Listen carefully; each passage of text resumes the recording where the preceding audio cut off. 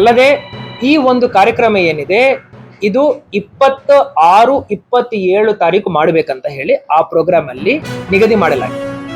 ಈ ಸತಿ ಸಿಎಂ ಸಾಹೇಬ್ರು ಅವಾಗ ಏನ್ ಹೇಳಿದ್ರು ಅಂದ್ರೆ, ಸಿಎಂ ಸಾಹೇಬ್ರು ಡಿಸಿಎಂ ಸಾಹೇಬ್ರು, ನೀವು ದೀಪಾಲಂಕಾರ ಮಾಡ್ತೀರಿ, ಬರೇ 26, 27 ಮಾಡಬಾರ್ದು, 9ನೇ ತಾರೀಕಿಂದನೇ ಭಾಗಶಃ ಶುರು ಮಾಡಿಕೊಂಡು 20 ಅಧಿವೇಶನ ಟೈಮ್ ಶುರು ಮಾಡಿ 26, 27 ತನಕ ಗ್ರ್ಯಾಂಡ್ ಫಿನಾಲೆ ದೀಪಾಲಂಕಾರ ಮೈಸೂರು ದಸರಾನು ಮೀರಿ ಮಾಡಬೇಕಂತ ಹೇಳಿ ನಮಗೆ ಅವರು ಆದೇಶ ನೀಡಿದ್ದಾರೆ.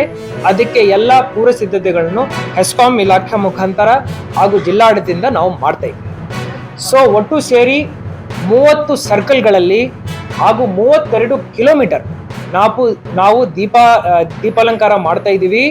ಮೈಸೂರು ದಸರಾಗೆ ಹೋಲಿಸಿದೀವಿ ಅಂದ್ರೆ ಈ ವರ್ಷ ಬೆಳಗಾವಿ ಅಧಿವೇಶನ ಹಾಗೂ ಶತಮಾನೋತ್ಸವದ ಏನು ಅದ್ಧೂರಿ ಆಚರಣೆ ಆಗುತ್ತೆ, ಆ ಒಂದು ದೀಪಾಲಂಕಾರ ಮೈಸೂರು ದಸರನ್ನು ಮೀರಿ ನಾವು ಮಾಡ್ತೀವಿ ಅಂತ ಹೇಳಿ ತಮಗೆ ಭರವಸೆ.